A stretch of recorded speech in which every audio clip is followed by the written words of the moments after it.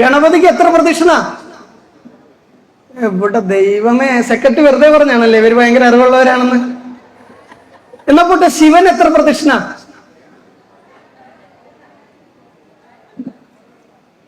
കാക്കക്കുട്ടി കല്ലിട്ട പോലെ വ്യക്തമായി. ഇതെല്ലാം പോട്ടെ, സുബ്രഹ്മണ്യൻ എത്ര പ്രദക്ഷിണ? വിരലെണ്ണാവുന്ന എല്ലാ സംഖ്യയും പറഞ്ഞു. 1, 2, 3, 4. എന്നിട്ട് പറയും ഹിന്ദു എന്നാണ് പേര്, ഞാൻ എല്ലാ ദിവസവും ക്ഷേത്രത്തിൽ പോണതാണ്, പക്ഷെ എനിക്ക് ഉറപ്പൊന്നുമില്ല എത്ര പ്രദക്ഷിണം ചെയ്യാന്ന്. എല്ലാവരുടെ മുഖത്ത് നിറഞ്ഞ ചിരിയുണ്ട്. പിന്നെ ഞാൻ ചില ക്ഷേത്രങ്ങളിൽ പോകുമ്പോൾ ആദ്യം അവിടുത്തെ ദോഷം ന്യൂനതകളെ കണ്ടിട്ട് അത് ചൂണ്ടി പറഞ്ഞിട്ടാണ് നിങ്ങളോട് രണ്ടു വാക്ക് സംസാരിക്കാൻ തുടങ്ങുക. ഇവിടെ എനിക്ക് ന്യൂനതകൾ ഉണ്ടായില്ല. സാധാരണ എല്ലാ ക്ഷേത്രങ്ങളിലും പോകുമ്പോൾ മയിൽ വിളക്ക് വെച്ചിട്ടായിരിക്കും ഭദ്രദീപം കത്തിക്കുക. അപ്പൊ ഞാനതപ്പം തന്നെ അണപ്പിക്കും.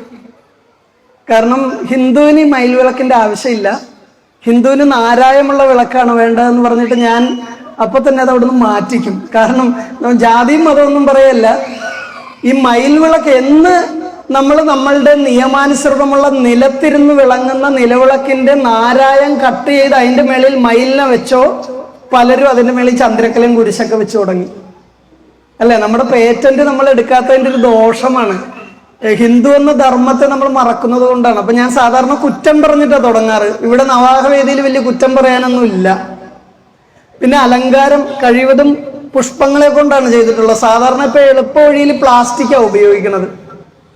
പ്ലാസ്റ്റിക് ക്ഷേത്രത്തിൽ എന്ത് ചൈതന്യം തരുന്നു എന്നൊന്നും അറിയില്ല.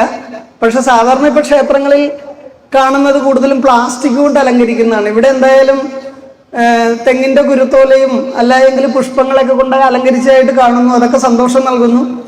വളരെ ഉത്തമമായൊരു വേദി സന്തോഷം നൽകുന്നു. പിന്നെ മുട്ടക്കുളത്തമ്മ പുനരുദ്ധാരണത്തിന്റെ പാതയിലാണല്ലേ. നിങ്ങൾക്ക് എല്ലാവർക്കും അറിയാം, നിങ്ങളുടെ കാലങ്ങളായിട്ടുള്ള ആഗ്രഹമാണ് ദേവിയെ പുനരുദ്ധരിക്കുക എന്നുള്ളത്. പക്ഷെ അതിലൊരു തെറ്റ് ആദ്യമേ പറഞ്ഞുകൊള്ളട്ടെ.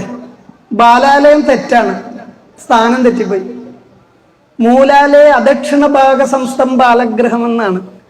മൂലാലയത്തിന്റെ അദക്ഷിണമാവാതെ ഈശാനത്തിൽ പടിഞ്ഞോട്ട് അഭിമുഖമായി ബാലാലയം പണിതാലേ ഉള്ളൂ പറയുന്ന സമയത്ത് ക്ഷേത്രപ്പണി തീർക്കാൻ പറ്റുള്ളൂ. അത് ക്ഷേത്ര നിയമമാണ്. അവിശ്വാസികൾക്ക് എന്തും പറയാം, പൈസ ഉണ്ട് തീരുമെന്ന് പറയാം, ഇല്ലെങ്കിൽ അവിടെ പലതും നടക്കുമെന്ന് പറയാം. പക്ഷെ സ്ഥാനം തെറ്റാൻ പാടില്ല ക്ഷേത്രങ്ങളിൽ. ക്ഷേത്രം എന്താണ്? ഭൂമിയിലുള്ള മുഴുവൻ ജീവജാലങ്ങളെയും പ്രൊട്ടക്ട് ചെയ്യാൻ വേണ്ടിയിട്ട് നമ്മൾ സ്ഥാപിക്കുന്ന ഒരു ട്രാൻസ്ഫോമർ അല്ലേ ക്ഷേത്രം എന്ന് പറയുന്നത്. അപ്പൊ ആ ക്ഷേത്രത്തിന്റെ 1% പോലും സ്ഥാനം തെറ്റിക്കൂടാ. അപ്പൊ സ്ഥാനത്തിന് എപ്പോ തെറ്റു വരുന്നോ അപ്പൊ നമ്മളെ കഷ്ടപ്പെടുത്തിയിട്ട് ആ ക്ഷേത്രം പുനരുദ്ധരിക്കാൻ പറ്റുള്ളൂ, അല്ലേ?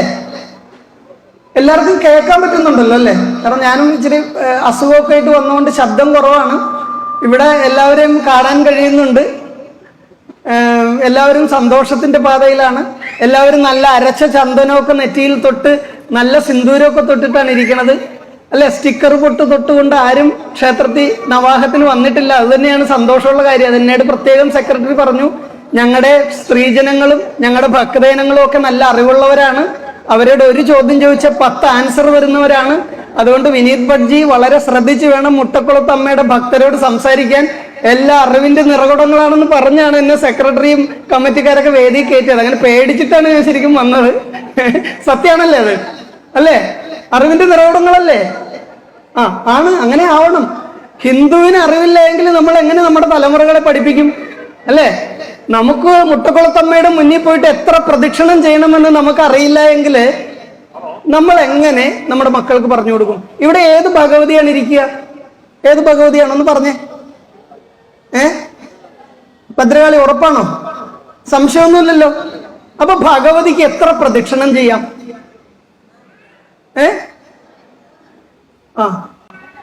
വിരലെണ്ണാവുന്ന എല്ലാ സംഖ്യയും പറഞ്ഞു. 1, 2, 3, 4. എന്നിട്ട് പറയും ഹിന്ദു എന്നാണ് പേര്, ഞാൻ എല്ലാ ദിവസവും ക്ഷേത്രത്തിൽ പോണതാണ്, പക്ഷെ എനിക്ക് ഉറപ്പൊന്നുമില്ല എത്ര പ്രദക്ഷിണം ചെയ്യാന്ന്. എത്ര പ്രദക്ഷിണം ചെയ്യാം ഭഗവതിക്ക്? കേട്ടില്ല. ഉറപ്പിക്ക്. എന്തെങ്കിലും ലേലം ഉറപ്പിക്കുമ്പോൾ ഉറപ്പിക്ക്. 3. 3 പൊതുവായിട്ട് വെക്കുന്നതല്ലേ. ഭഗവതിക്ക് 6 പ്രദക്ഷിണം. അപ്പൊ ഒരു സംശയം ഉണ്ടാവും, സുബ്രഹ്മണ്യനല്ലേ 6? സുബ്രഹ്മണ്യൻ 6 പ്രമാണം പറഞ്ഞിട്ടില്ല. ഭഗവതിക്ക് എത്ര പ്രദക്ഷിണ? 6 പ്രദക്ഷിണ. അത് മുത്തക്കുളത്ത് പ്രഭാഷണം കേൾക്കാൻ വന്നാൽ മാത്രമേ ഇനി പഠിക്കാൻ പറ്റുള്ളൂ. അപ്പൊ ഗണപതിക്ക് എത്രയാ? പ്രദക്ഷിണത്തിൽ തന്നെ തുടങ്ങാം. ഗണപതിക്ക് എത്രയാ? കണക്ക് കൂട്ടിയ പരീക്ഷയ്ക്ക് പഠിച്ചിട്ട് കുറെ ചോദ്യം ചോദിച്ചിട്ട് ആൻസർ പറയും പോലെയാണ്. ഗണപതിക്ക് എത്ര പ്രദക്ഷിണ? ഇവിടെ ദൈവമേ, സെക്രട്ടറി വെറുതെ പറഞ്ഞാണല്ലേ ഇവര് ഭയങ്കര അറിവുള്ളവരാണെന്ന്. എന്നാ പോട്ടെ, ശിവൻ എത്ര പ്രദക്ഷിണ?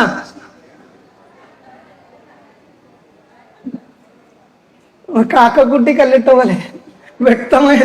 ഇതെല്ലാം പോട്ടെ, സുബ്രഹ്മണ്യൻ എത്ര പ്രദക്ഷിണ?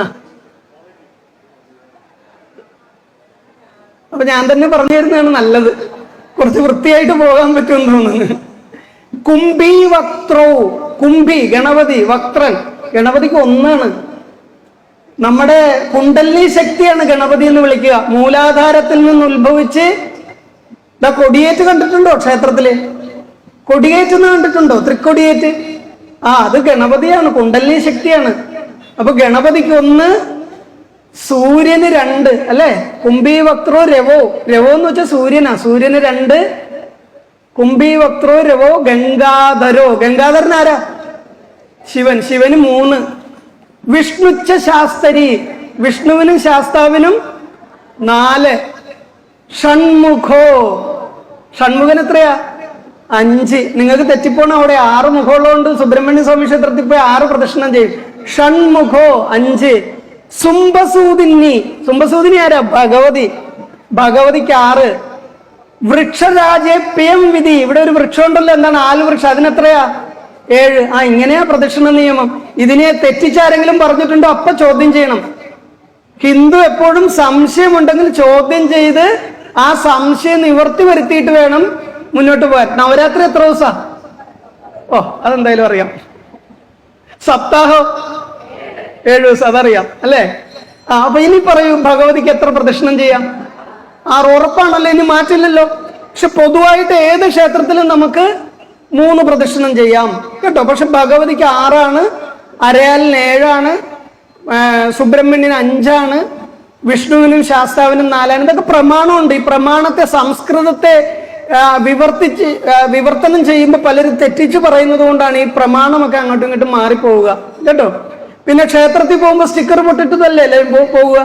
ഐശ്വര്യ പൂജയൊക്കെ പോകുമ്പോൾ ആ സാരിക്ക് മാച്ചാവുന്ന രീതി ഏറ്റവും വലിയ വട്ടപ്പൊട്ട്, എനിക്ക് ഈ ആജ്ഞാചക്രത്തിലൂടെ ഒരിക്കലും ഭഗവതിയുടെ ചൈതന്യം വേണ്ട എന്ന് പറഞ്ഞ ഏറ്റവും വലിയ സ്റ്റിക്കർ പൊട്ട് തൊട്ടിട്ടല്ലേ പോവുള്ളൂ അല്ലേ?